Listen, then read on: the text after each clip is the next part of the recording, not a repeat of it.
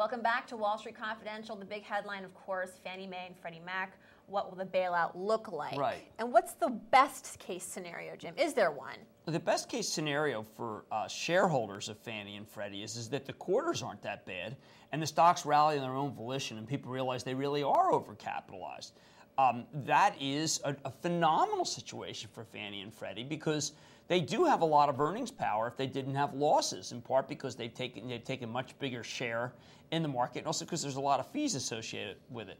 But I'll be very honest, I think that's a 1 in 50 chance. The far more likely chance is that the earnings are overwhelmed by the losses, that the so-called Bernanke vintage, from the time that Bernanke's been the head of the Fed, of mortgages are defaulting at a huge rate, and a lot of them find themselves in the bailiwick of Fannie and Freddie. So I don't see that positive scenario developing for them. And as a matter of fact, I think that what's far more likely is that we do get the government ending up buying a lot of the equity in return for, say, warrants into a new Fannie Mae that really crunches the current shareholders. So these are the negative scenarios far outwhelm the better scenarios. And how much is this going to cost?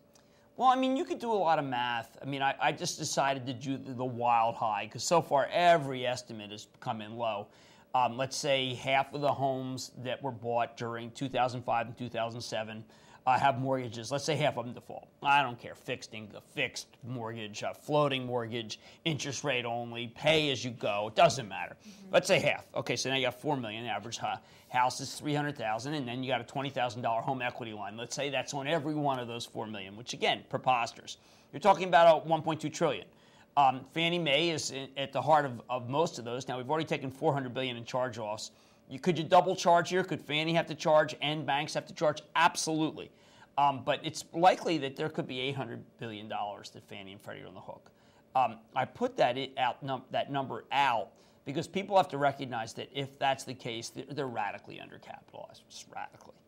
You give them 2 years. Well, in 2 years, remember, it's a vintage. Now, we have 50 years of mortgages that paid off great, actually longer than that.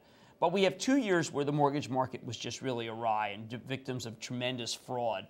And I think that once those 2 years are through, then you really are going to be in a positive resolution. But you're talking about 2010. And until then, these companies are going to be flirting with being undercapitalized all the time. And you have a new administration coming in, maybe won't be as so positive toward them. You don't know. And the uncertainty makes it so they're not investable.